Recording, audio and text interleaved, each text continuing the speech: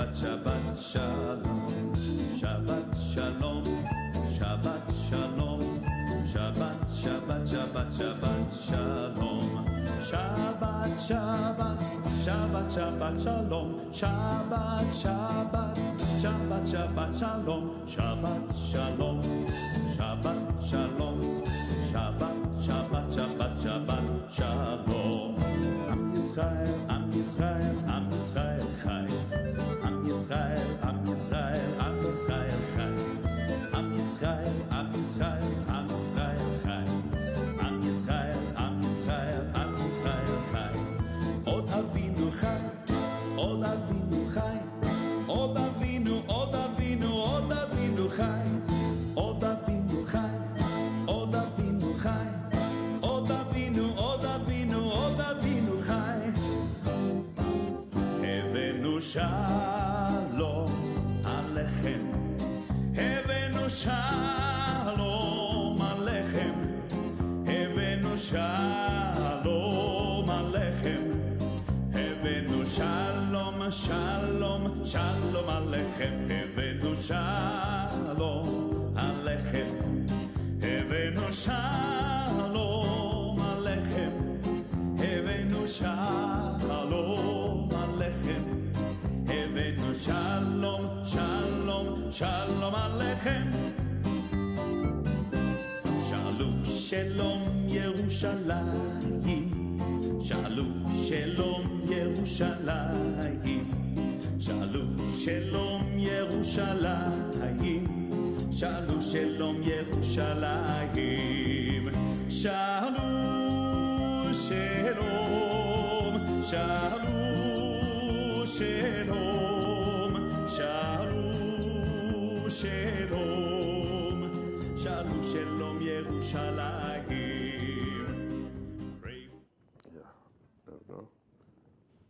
Shabbat Shalom, Shabbat Shalom, Shabbat Shalom. Nous sommes en direct d'Olive TV. Je suis le pasteur David Mafuta. Avant de commencer, nous allons prier. Let's pray. Père éternel, can pray in English. Adonai Elohim, le Tout-Puissant, Créateur de l'univers. Papa, nous te bénissons pour ces moments. Cher Saint-Esprit de Dieu, le Ruach HaKodesh, nous avons besoin de ta présence. Seigneur Père éternel de gloire, le grand rendez-vous, c'est aujourd'hui. Nous sommes le 1er avril 2017. Nous voulons que tu te manifestes comme jamais. Seigneur, depuis qu'on a commencé ces émissions. Seigneur Yeshua Mashiach, sois le commandant en chef, dirige, prêche, gouverne. Nous te bénissons, le Ruach HaKodesh, le Saint-Esprit de Dieu. Seigneur Père éternel, que tout esprit qui ne confesse pas ton nom soit sous nos pieds, soit écrasé par la puissance et par la plénitude du Saint-Esprit de Dieu. Au nom puissant de Yeshua Mashiach, nous demandons à ce que tous les esprits soient captifs, afin de doter la théologie des remplacements et que tu introduises la vraie théologie dans le cœur de ton peuple. Loin de nous toute forme d'erreur, ainsi que Seigneur Père éternel de gloire, de distraction. Au nom puissant de Yeshua Mashiach, nous bénissons ton peuple et nous disons tous Amen. Amen. Je suis le pasteur David Mafuta de Monsignor Ministry. Aujourd'hui, on aimerait être vraiment short. On ne va pas aller loin à l'introduction parce que nous avons remarqué, 1 heure du temps, ça revient comme si on ne fait que 10 minutes devant la télé. C'est pourquoi nos coordonnées sont devant vous, que ce soit mon nom, l'email adresse, peut-être il faudrait une précision, le thème de l'émission, le titre de l'émission c'est le Shabbat Shalom et le thème de l'émission pour 2017 c'est Retour à l'évangile Made in Jérusalem ou Made in Zion. Alors nous sommes ici chaque samedi de 15h jusqu'à 16h, nous sommes en direct d'Olive TV à partir de Londres, en Grande-Bretagne. Alors, sans plus tarder, nous allons demander à ceux qui veulent bien se rattraper parce qu'aujourd'hui, notre vidéo, c'est le numéro 10. Alors, en commençant par les 01 jusqu'au numéro 10, vous pouvez toujours aller sur YouTube pour nous rattraper. Alors sur YouTube, vous allez taper sur la barre des recherches, vous allez taper Shabbat Shalom David Mafuta. Ou bien vous pouvez nous chercher sur Facebook. Il y a aussi nos émissions. 1 heure du temps après cette émission, donc disons vers 17h, 17h30 heure de Londres, vous aurez déjà ces émissions en direct sur YouTube. OK. Nous allons directement nous rattraper pour le message de la fois passée parce que nous n'avons pas le temps à perdre. La fois passée, on avait bien dit et on avait souligné que nous allons commencer avec un verset biblique ou bien un passage biblique. C'était Psaume chapitre 11, le verset 3. Je lis la parole de l'Éternel avec respect. Quand les fondements sont renversés, le juste, que ferait-il? Alors nous mettons ce passage biblique de côté, nous allons y revenir. Ça c'était notre introduction, mais nous allons y revenir.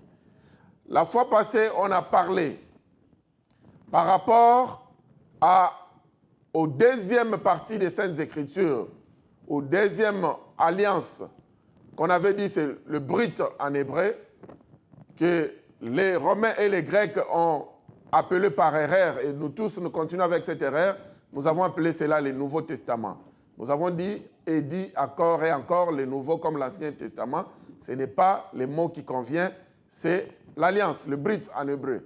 On avait vu l'ancienne, pas l'ancienne alliance, la première partie des Saintes Écritures et la deuxième partie des Saintes Écritures. La deuxième partie qu'on a appelée à tort Nouveau Testament. Alors, on parlait de l'origine de ce Nouveau Testament la semaine passée. On ne va plus y revenir parce que vous allez suivre les 09, la vidéo 09, commencez même par 01 pour nous rattraper et pour bien comprendre notre message, de peur que vous puissiez juger quelque chose sans pour autant avoir le base solide.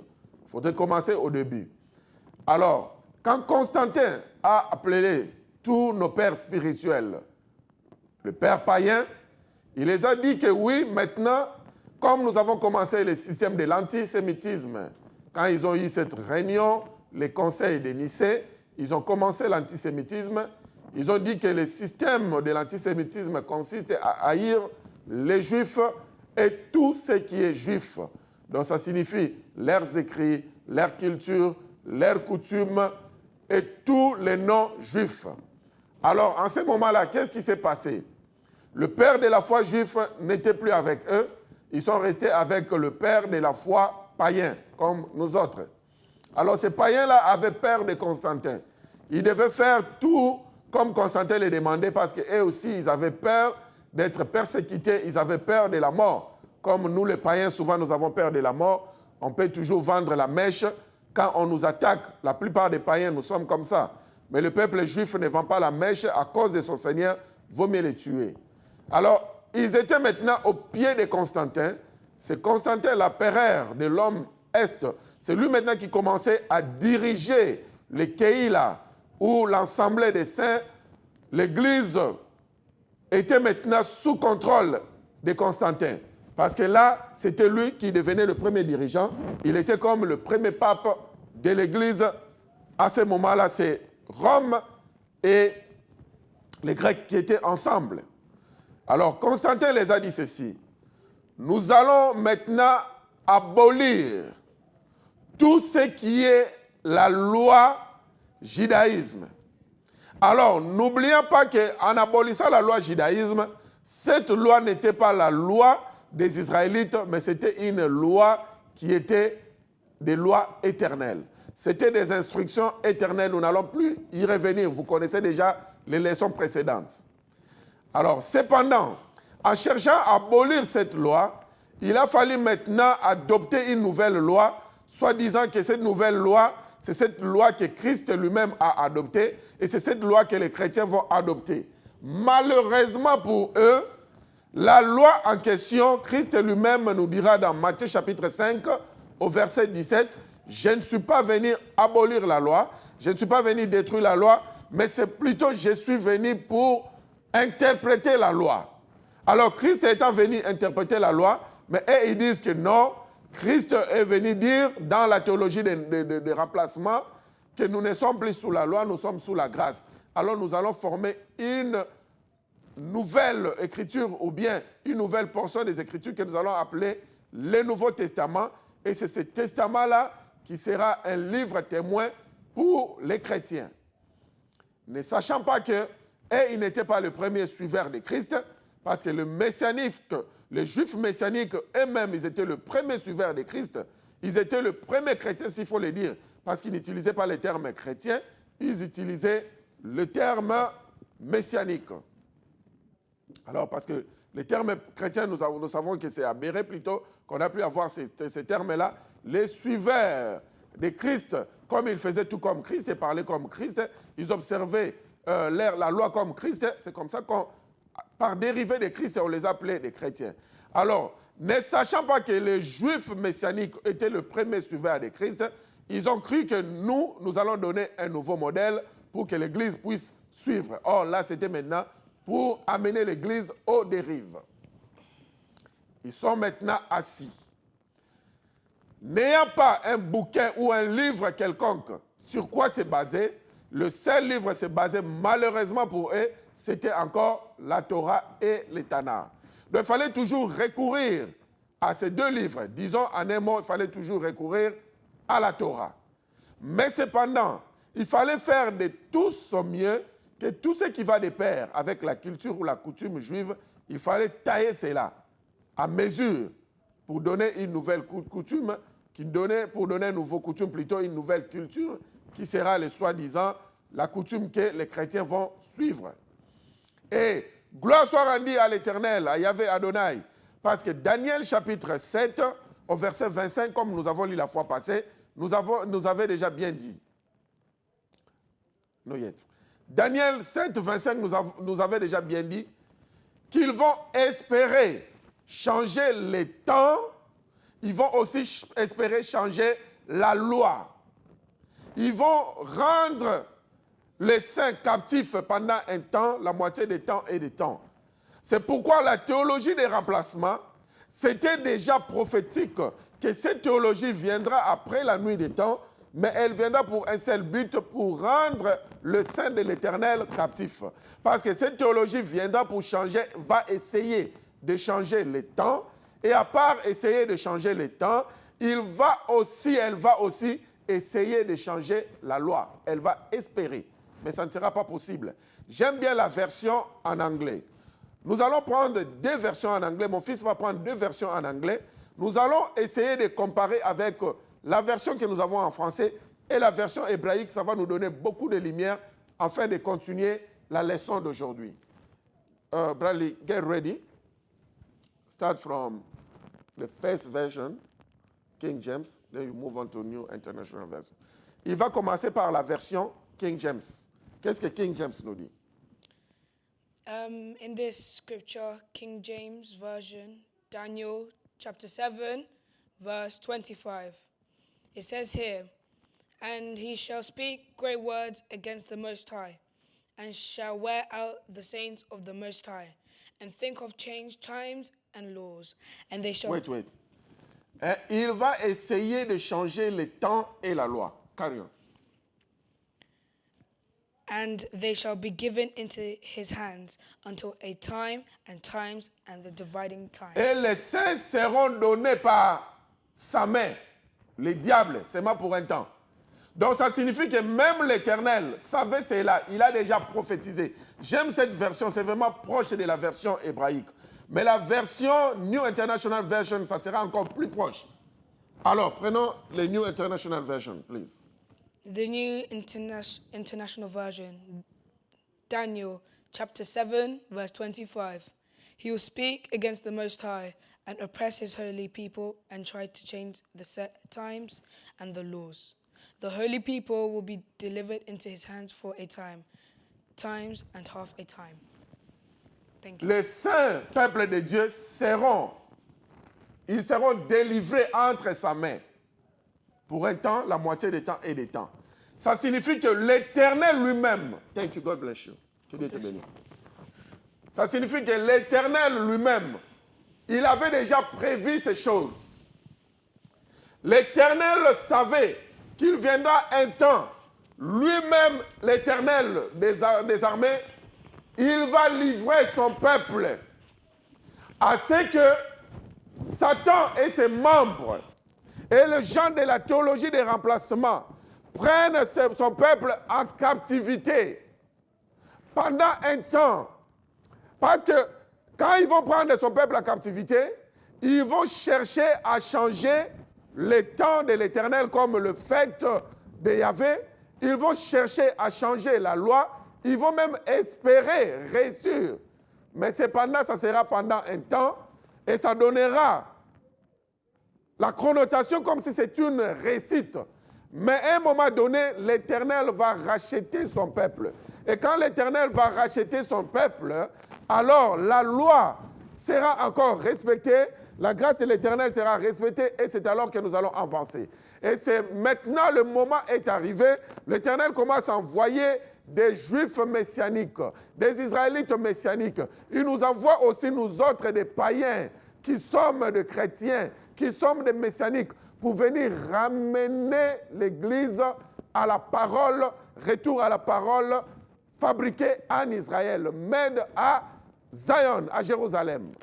Alors, aujourd'hui, nous allons voir comment est-ce que ces gens ont pu amener le peuple de Dieu dans la captivité par rapport au deuxième livre qu'ils ont utilisé. Alors, ce deuxième livre, ils ont essayé de triquer beaucoup de choses. Mais gloire soit rendue à l'Éternel parce que l'Éternel n'avait pas permis de sorte qu'ils aient libre cours afin de tripoter tout.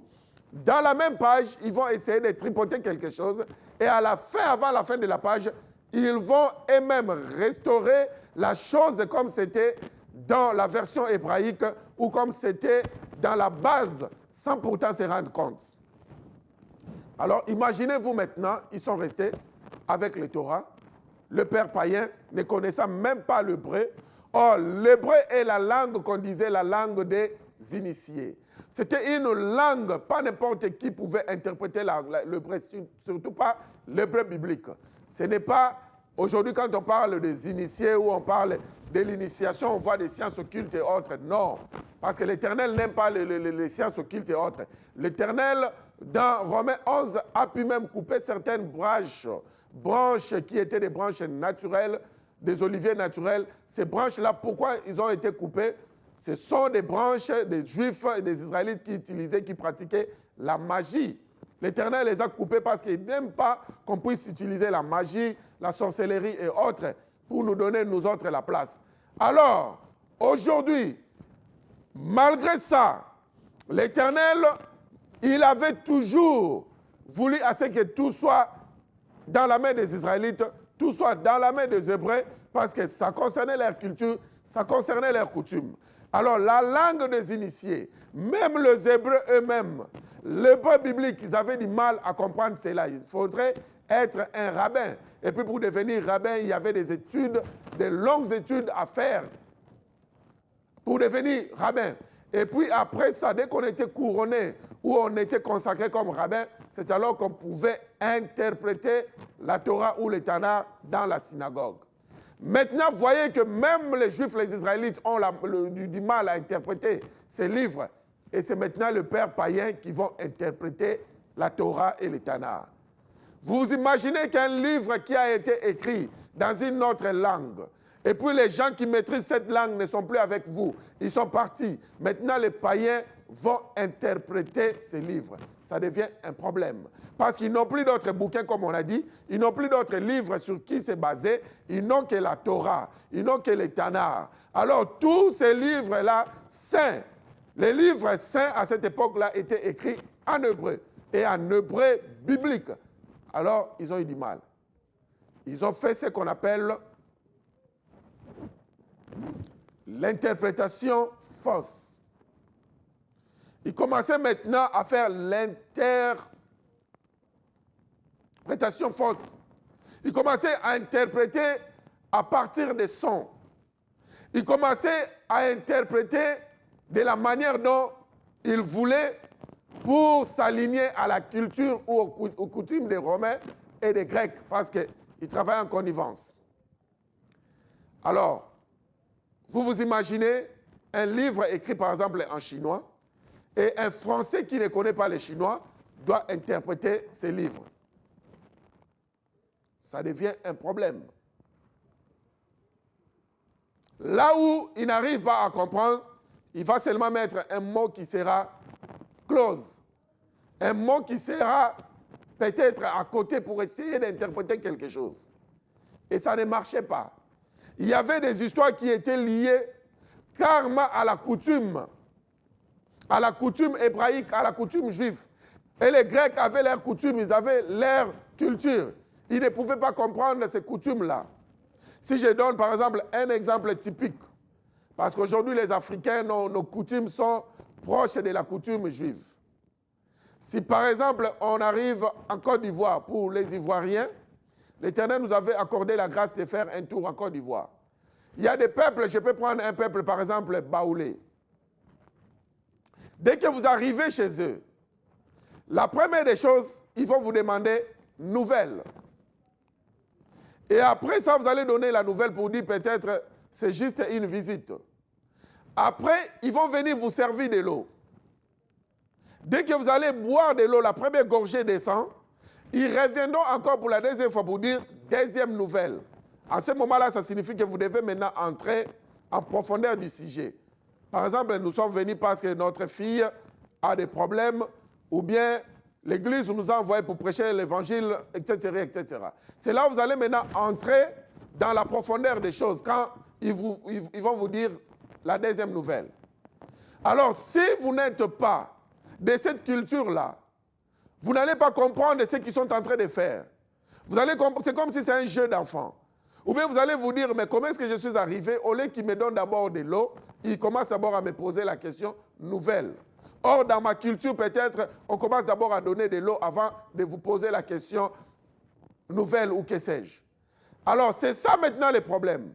Quelqu'un qui vient de la France ou bien qui vient peut-être de Zimbabwe, qui descend chez les Baoulés, peut-être comme je disais, en Côte d'Ivoire, il aura ces problèmes-là. Parce qu'il va se dire que peut-être ils ont mal accueilli. Donc, il y a maintenant la coutume et la culture qui commencent à intervenir. La coutume juive, la culture juive commence à intervenir même dans l'Évangile. Parce que souvenons-vous, dans la chair, Christ était venu en tant qu'Israélite. En tant qu'Hébreu, il a aussi respecté leurs coutumes, il a respecté leur culture, en commençant par leurs parents. Quand il s'agissait, il fallait attendre après 8 jours pour aller présenter l'enfant au temple. Ils n'ont pas fait ça le 5e jour, ils n'ont pas fait ça le 7e jour, ils n'ont pas fait ça le 9e jour. Ils ont fait ça le 8e jour. Quand il a fallu faire un sacrifice pendant ce temps où on présentait l'enfant, ils ont fait les sacrifices. Ils respectaient tout. Et lui-même aussi, Yeshua, quand il est venu, il a tout respecté. Alors, quand il a fallu avoir des disciples, il n'avait que choisi les apôtres, il n'avait que choisi les hommes. Parce que pendant ce temps-là, pour avoir des disciples proches qui vont marcher ou faire route ensemble avec toi, il a fallu choisir des hommes. Il a fait ça. Et chose que les gens ont compris après, la théologie des remplacements, après ils ont dit que les femmes n'ont pas droit à prêcher. Aujourd'hui, nous ne sommes pas là. Quand nous allons parler du ministère de la femme, nous allons toucher là-dessus. Mais aujourd'hui, nous allons juste palper pour continuer. Donc, ça signifie qu'il respectait tout. Mais cependant, il avait aussi des disciples femmes. Par exemple, les disciples qui ont propagé sa nouvelle après sa mort quand il était ressuscité. Le premier disciple, c'était les femmes, ce n'était pas les hommes. Mais cependant, quand il faisait le choix des 12 apôtres, il n'avait que choisi les hommes parce qu'il devait aussi respecter la coutume et la culture hébraïque. Alors ces gens ici, les Romains et les Grecs, ils s'en foutent. Ils ne respectent pas ça. Ils veulent tout tailler à la mesure qui les plaisait. En commençant par le Shabbat de l'Éternel. Le Shabbat de l'Éternel qui était le 7e jour. Quand nous lisons dans les encyclopédies, quand nous lisons dans les dictionnaires des années 1970 ou 70 pour le Belge, nous allons voir que le samedi était le dernier jour de la semaine.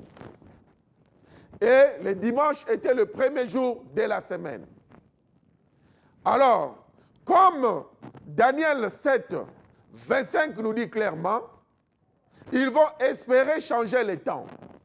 Alors, le calendrier juif, qui était un calendrier double, qui était lunaire et solaire, donc qui respectait la lune et le soleil, qui comptait les temps par rapport à la lune et le soleil, les Grecs et les Romains sont venus, ils ont bafoué cela, ils ont pris un calendrier qui sera solaire. Donc, ça signifie que les jours vont commencer à partir de minuit. Or, les jours bibliques, en hébreu, les jours bibliques commencent au coucher du soleil. Par exemple, le Shabbat, le dernier jour de la semaine, selon la Bible, ça va commencer le vendredi au coucher du soleil et ça va finir le samedi au coucher du soleil. Et ils ont dit non, nous allons changer cela. Le jour va commencer à minuit. Mais là, maintenant, ça crée un problème. Nous continuons, je vais vous montrer un scénario pour comprendre que ça crée un problème. N'est-ce pas Yeshua, quand on lui a posé la question concernant sa mort et sa résurrection, bien qu'il parlait de sa mort et sa résurrection, ses disciples et ses apôtres ne pouvaient pas saisir cela. Mais il leur a dit, je vais vous donner un signe, comment est-ce que cela va se passer. De la même manière comme ce fut avec Jonas, il a fait 3 jours et 3 nuits dans le ventre du poisson. De la même manière, ça sera avec le Fils de l'homme. Il voulait leur dire qu'il fera 3 jours et 3 nuits dans la terre et puis il sera ressuscité. Mais maintenant, voyons. Aujourd'hui, nous allons parler de la semaine pascale, tout ça. Aujourd'hui, nous ne sommes pas encore par rapport aux fêtes bibliques. Je ne vais pas entrer là-dessus. Mais j'aimerais seulement nous faire une démonstration par rapport au jour biblique. Prenons minuit. Donc, on dit vendredi saint, selon la théologie des remplacements, selon ce qu'ils ont écrit dans les Nouveaux Testaments, par rapport au jour. Parce que là, ils vont maintenant avoir des problèmes. Le vendredi saint, on dit que c'est le jour du jugement. Christ a été saisi au tribunal. Alors, ce même vendredi, on dit que, comme le Shabbat s'approchait, quand il a remis sa vie, il a donné sa vie, il a cassé la pipe, ils sont allés l'enterrer. Bon, nous allons maintenant compter. Comptons seulement comme les Romains. Ne comptons pas comme les Hébreux, comme les Romains. Vendredi soir, il est enterré, n'est-ce pas? Prenons seulement, disons, vendredi à 18h. Même 19h, si tu veux, même 20h, ce n'est pas un problème. Mais vendredi soir, prenons 18h. Une journée vaut 24 heures du temps, n'est-ce pas? OK. Personne n'est contre ça. Une journée vaut 24 heures du temps. Donc, vendredi soir, prenons 18h. Jusqu'à samedi soir à 18h, ça fait combien? Une seule journée. Parce que c'est 24 heures du temps, n'est-ce pas? Bon, samedi soir, jusqu'à dimanche matin, là où il est ressuscité. Parce que la Bible dit qu'il était ressuscité le premier jour de la semaine. Donc le dimanche. Alors, samedi soir jusqu'à dimanche matin, ça ne fait même pas 24 heures du temps. Ça fait 12 heures du temps. Donc ça signifie, selon ce que les Grecs ont écrit par rapport à la mort et la résurrection de Christ, donc il a fait 1 jour et demi. Vous voyez la démonstration en question? Vous voyez là où le problème commence. En essayant d'interpréter un livre qui est en hébreu biblique, un hébreu biblique, la langue des initiés, la langue des sages, la langue des rabbins, vous allez maintenant commencer à faire de n'importe quoi. Même par rapport, nous avons seulement pris par rapport au temps romain. Vendredi soir jusqu'à samedi soir, ça fait 1 jour. Samedi soir jusqu'à dimanche matin, ça fait 1 jour et demi. Alors, ça devient maintenant un problème. Donc, ça signifie que Christ était mort et ressuscité. Il n'a fait qu'un jour et demi. Donc, ça confond tout.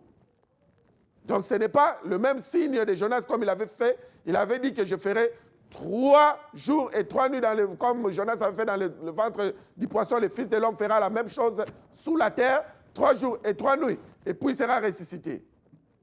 Ça devient un problème. Comme aujourd'hui, nous ne parlons pas encore de fêtes bibliques, je ne vais pas toucher là-dessus. Mais c'est juste une introduction. Parce que nous sommes en train de démontrer comment est-ce qu'ils ont commencé à faire des choses de leur manière. Ils ont commencé à interpréter avec des fautes. Vous êtes d'accord avec moi? Si quelqu'un n'est pas d'accord avec moi, c'est simple. Il faut boire un peu d'eau, on s'assoit, on demande à ce que le Saint-Esprit de Dieu nous dirige. Il vous mettra d'accord avec moi et nous allons continuer. Alors, c'est ce qu'ils ont appelé la fête de la Pâque. Que moi, nous, les messianiques ou les chrétiens qui avons compris la théologie pure, pas la théologie des remplacements, on va appeler cela les Passova, les passer outre. On ne parle pas de ça, on ferme cette parenthèse. Alors, ça ne signifie pas, cela ne s'arrête pas là-bas. Ils vont parler sur Yeshua. Ils disent que son nom ne sera plus Yeshua. Parce que si on l'appelle Yeshua, tout le monde saura que c'est d'abord, il est le sauveur de l'humanité, mais il est venu premièrement pour le salut des Juifs, comme nous dit Romains 1, 16 à 17, qu'il est venu premièrement pour le salut des Juifs, et puis deuxièmement pour les Grecs et le reste du monde. Alors, si on laisse son nom de Yeshua, tout le monde saura que c'est le Messie juif qui est venu sauver l'humanité. Non, nous n'allons pas laisser ce nom-là. Nous allons complètement changer ce nom. Nous allons lui donner un autre nom, en grec, en romain, qui sera Isus, qui n'aura rien à voir avec son nom propre. Or, Yeshua, c'est un nom propre. Un nom propre ne peut pas être interprété dans n'importe quelle langue. Mon nom propre est Mafuta. Appelez-moi Mafuta en français, en anglais, en hébreu, en chinois. Je suis Mafuta. Je ne serai pas Monsieur Oil en France, je ne serai pas Monsieur Oil en Angleterre. Je reste Mafuta. Ici en Angleterre, partout où je passe, on m'appelle Monsieur Mafuta, c'est mon nom propre. Bouddha, c'est son nom propre. On continue de l'appeler Bouddha en chinois, en anglais, en français, en hébreu. Mais pourquoi Yeshua, son nom propre, il faudrait que ça ne soit plus Yeshua, il faut que ça devienne Isus.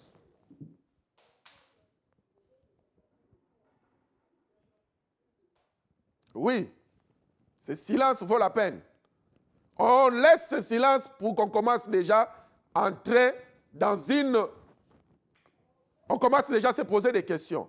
En commençant à se poser des questions, là, ça commence à venir.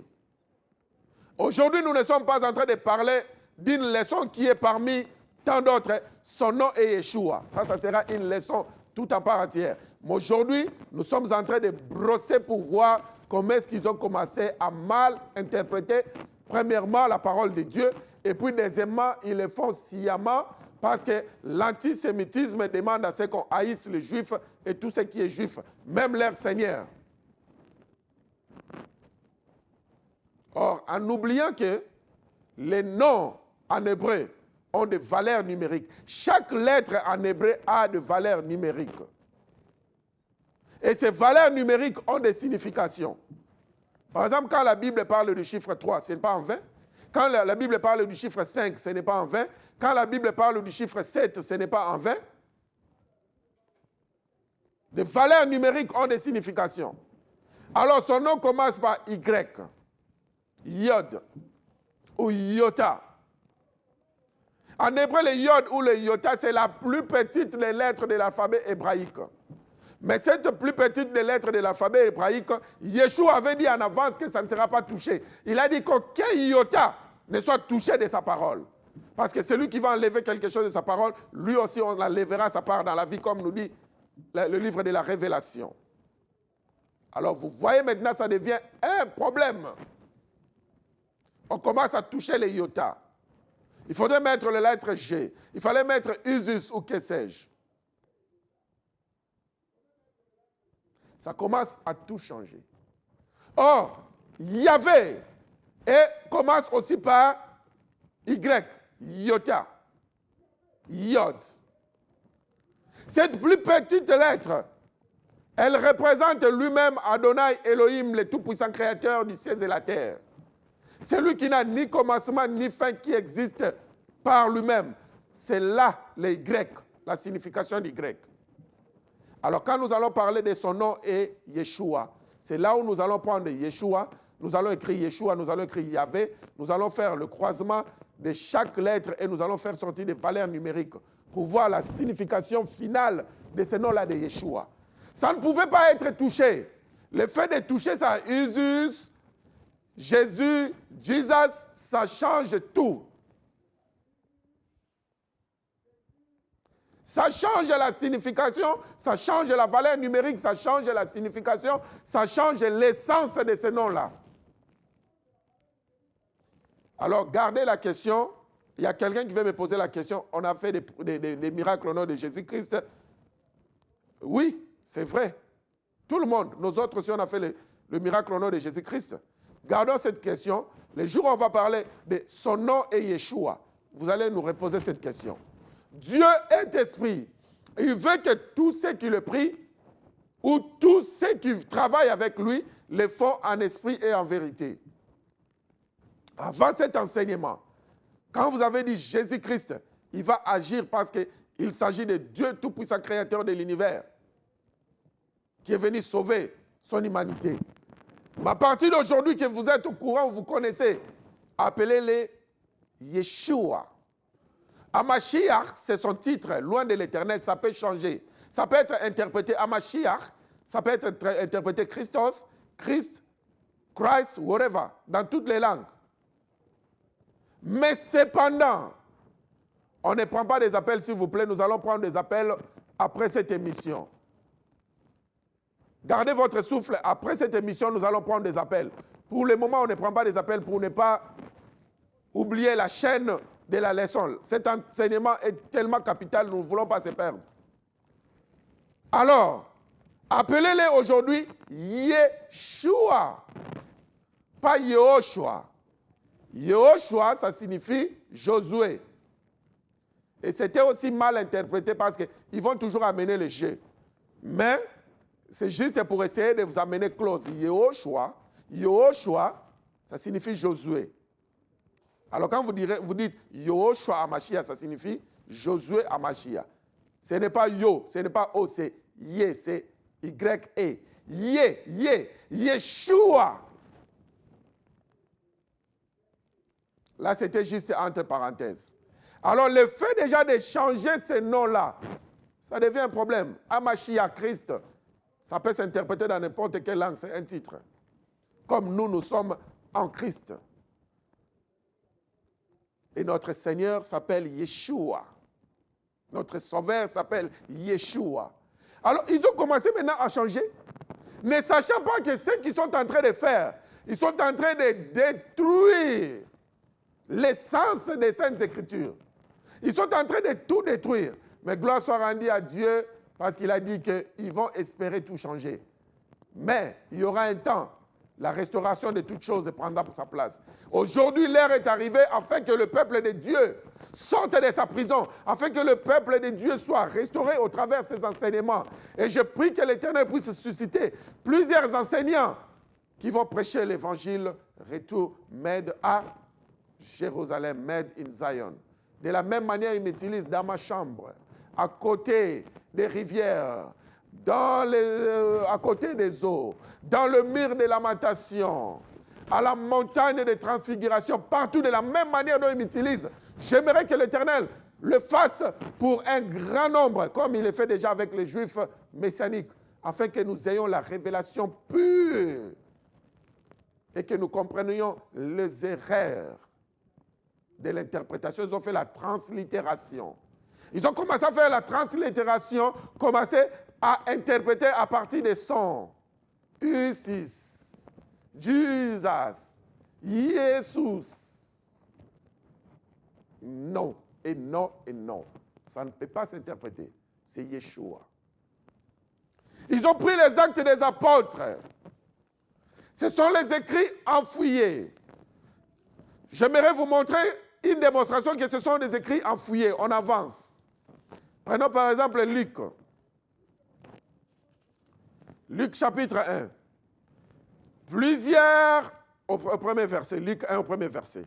plusieurs ayant entrepris de composer un récit des événements qui se sont accomplis parmi nous, suivant ce que nous ont transmis ceux qui ont été des témoins oculaires. Donc on comprend ici, Luc lui-même n'était même pas un témoin oculaire, mais il a fait des études. Et il a reçu cela des témoins oculaires. Ils ont transmis cela, ils ont raconté des choses. Ceux qui ont été des témoins oculaires dès le commencement et sont devenus des ministres de la parole. Il m'a aussi semblé bon, après avoir fait des recherches exactes sur toutes ces choses, depuis leurs origines, de te les exposer par écrit d'une manière suivie, excellent Théophile. Lui-même, on l'a raconté, Luc. C'est lui aussi qui a écrit les Actes des Apôtres. Il n'était pas témoin oculaire de ces choses. Et puis lui-même, il a poussé ses études de loin comme il était un médecin. Alors, comme on a vu dans 2 Pierre, chapitre 2, 21, on avait bien vu, si on peut lire ça rapidement pendant qu'on passe, on lit la parole de l'Éternel avec respect.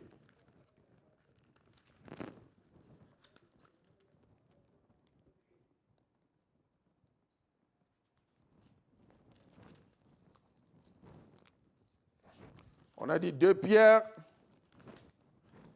chapitre 1, verset 21.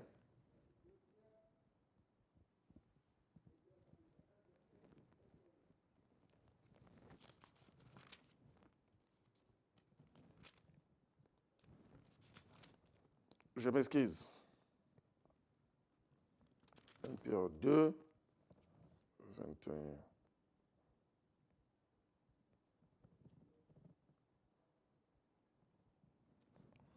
Je m'excuse pour la distraction. Alors, nous avons bien vu, on nous avait dit que personne de tous ces gens-là qui ont parlé de la part de l'Éternel, ils n'ont pas parlé d'eux-mêmes. Tous ceux qui ont parlé de la part de l'Éternel, ils ont reçu la révélation. Je m'excuse parce que la parole, j'ai eu une distraction, une petite distraction, c'est là ma fouille. Ils n'ont pas parlé d'eux-mêmes. Ils étaient poussés par la part de l'Éternel et ils ont parlé. Alors, aujourd'hui, on a bien vu que ces gens-là comme Luc, ils ont fait des recherches. Quand ils ont fini de faire des recherches, c'est alors qu'ils pouvaient maintenant écrire. Ils ont reçu la révélation de la part du Saint-Esprit de Dieu. C'est lui qui a fait qu'ils puissent écrire en se basant avec sa Torah. Il n'a pas fait qu'ils puissent écrire n'importe quoi. La Torah était toujours là comme base.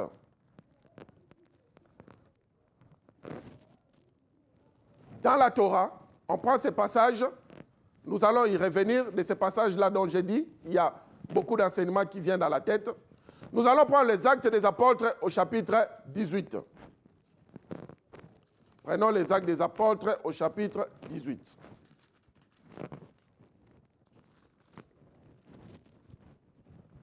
Après cela, Paul partit d'Athènes et se rendit à Corinthe.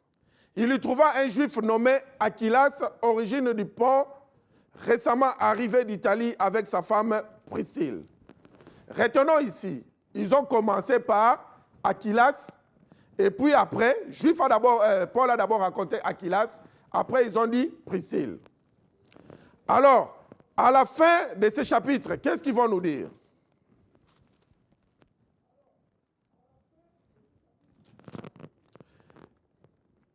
Il y demeura, on continue à partir du verset 11, il y demeura un temps et 6 mois enseignant parmi les Corinthiens la parole de Dieu. Du temps de Galilée était parcouru de la Syrie en disant, cet homme exerce les gens à servir Dieu d'une manière contraire à la loi.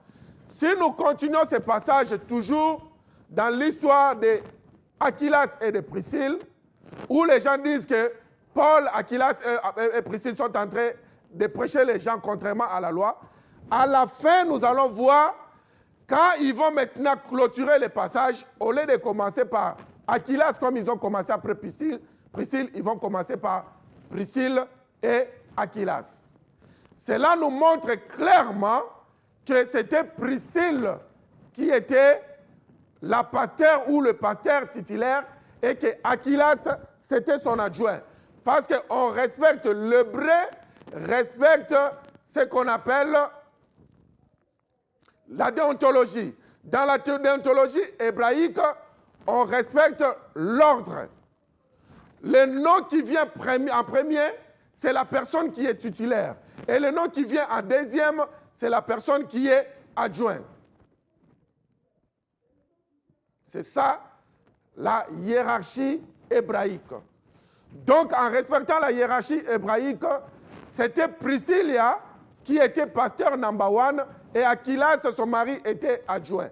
Alors, quand ils commencent à écrire, comme ils vont maintenant buter ces problèmes, ils disent que nous allons commencer que Paul avait d'abord raconté Aquilas, après Priscilla.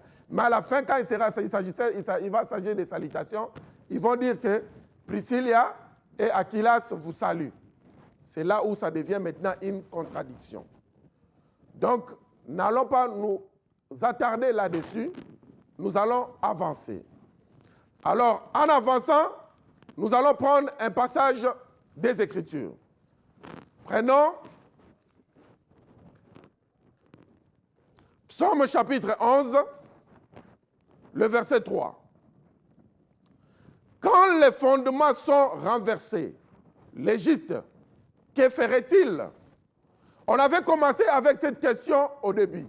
Quand les fondements sont renversés, les justes, que ferait-il? Alors, on revient maintenant, nous allons prendre 1 Corinthiens chapitre 3, le verset 20.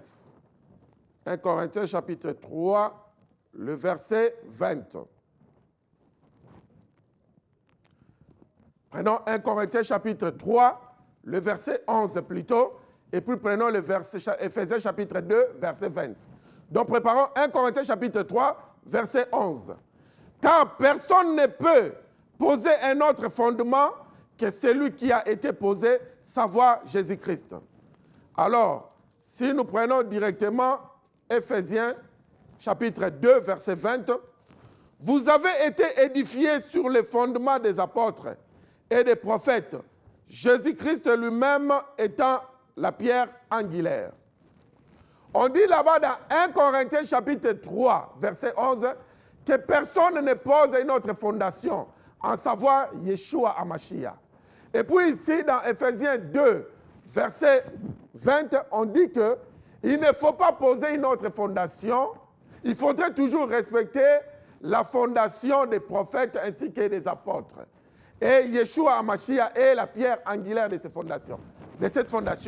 La fondation en question, c'est quoi? La fondation en question, c'est la première partie des Saintes Écritures.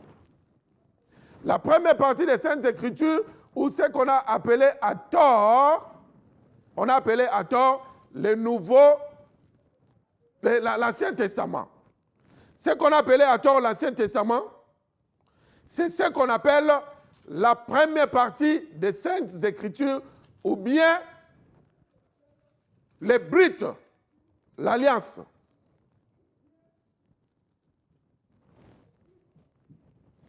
Alors le Saint-Esprit de Dieu m'a soufflé parce qu'il n'aime pas cette distraction qui était entrée. Lui-même m'a soufflé pour qu'on ne soit pas confondu. C'était 2 Pierre, chapitre 1, verset 21. Nos excuses pour cela et merci, cher Saint-Esprit de Dieu. Là, on avait essayé d'entrer dans la distraction. C'était 2 Pierre, chapitre 1, le verset 21. Car ce n'est pas par une volonté d'homme qu'une prophétie a jamais été apportée, mais c'est poussé par le Saint-Esprit que des hommes ont parlé de la part de Dieu. Le Saint-Esprit de Dieu merveilleux. Nos excuses pour cela. Alors, on dit que la première partie des Saintes Écritures, c'est ce qu'on appelle, ou les Romains ont mal appelé, ils ont utilisé le nom l'Ancien Testament. C'est ce qu'on appelle la fondation de la vie en Christ. La fondation biblique, c'est ce qu'on a appelé à tort Ancien Testament. C'est ça la fondation. Pas autre chose. Nous ne pouvons pas dire que nous voulons bâtir notre vie hors ce qu'on appelle l'Ancien Testament. Ça ne va pas marcher. On ne peut pas bâtir notre vie hors. Ça ne peut pas marcher.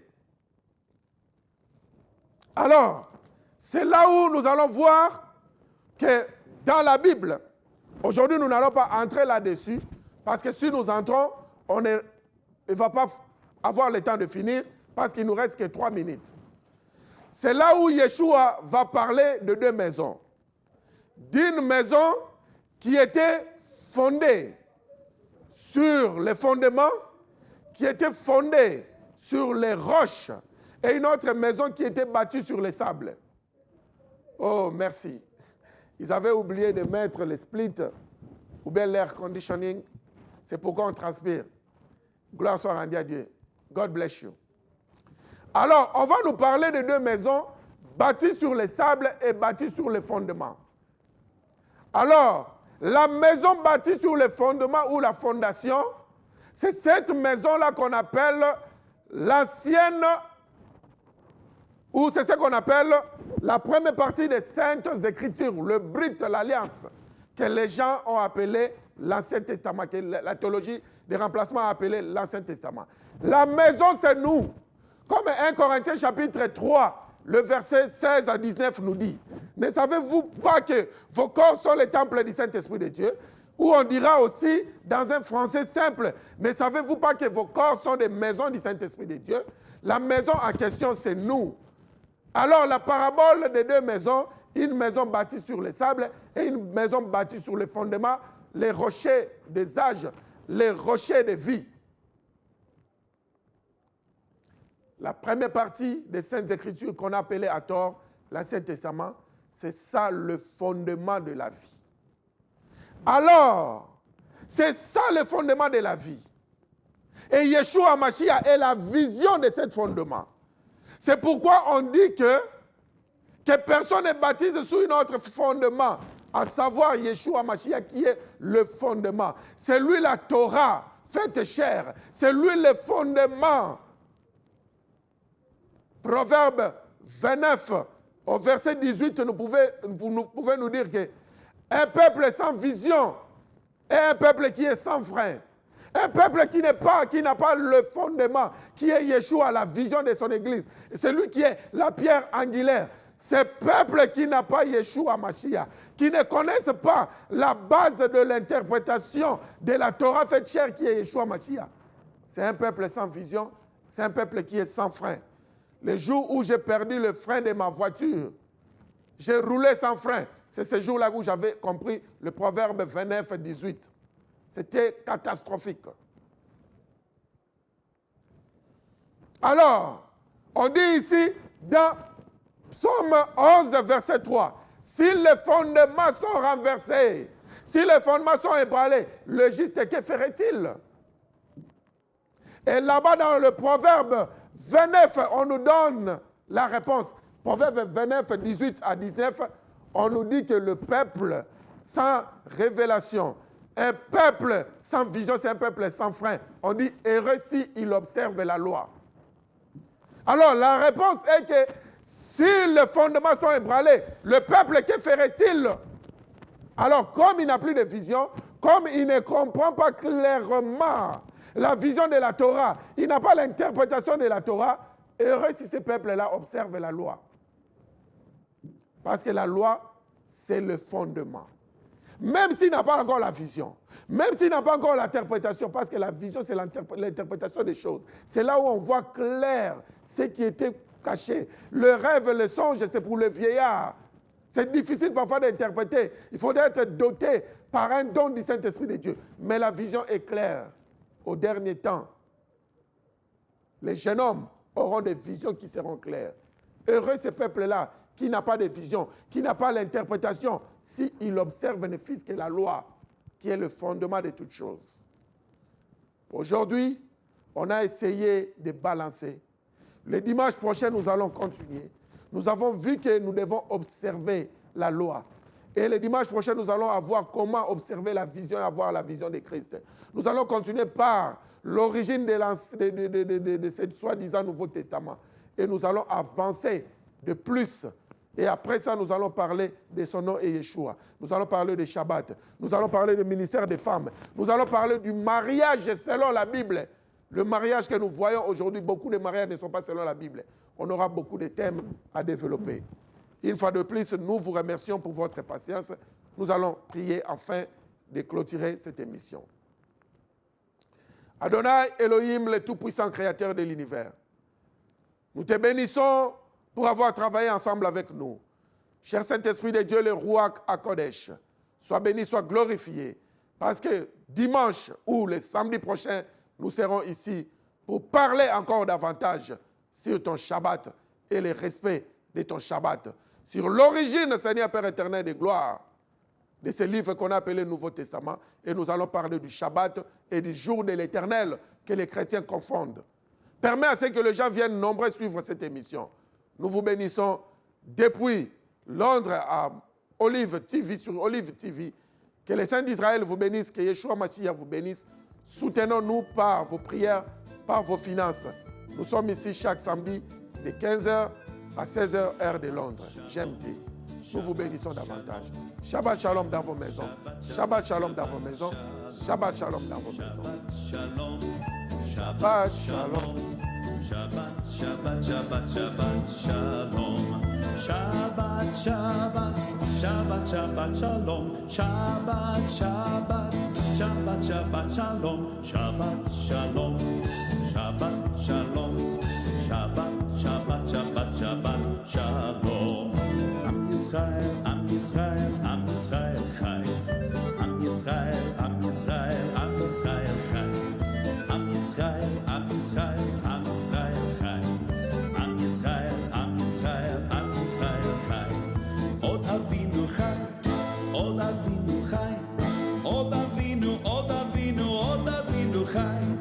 Od Avinu Chai, Od Avinu Chai. Od Avinu, Od Avinu, Od Avinu Chai. Avenu Shai.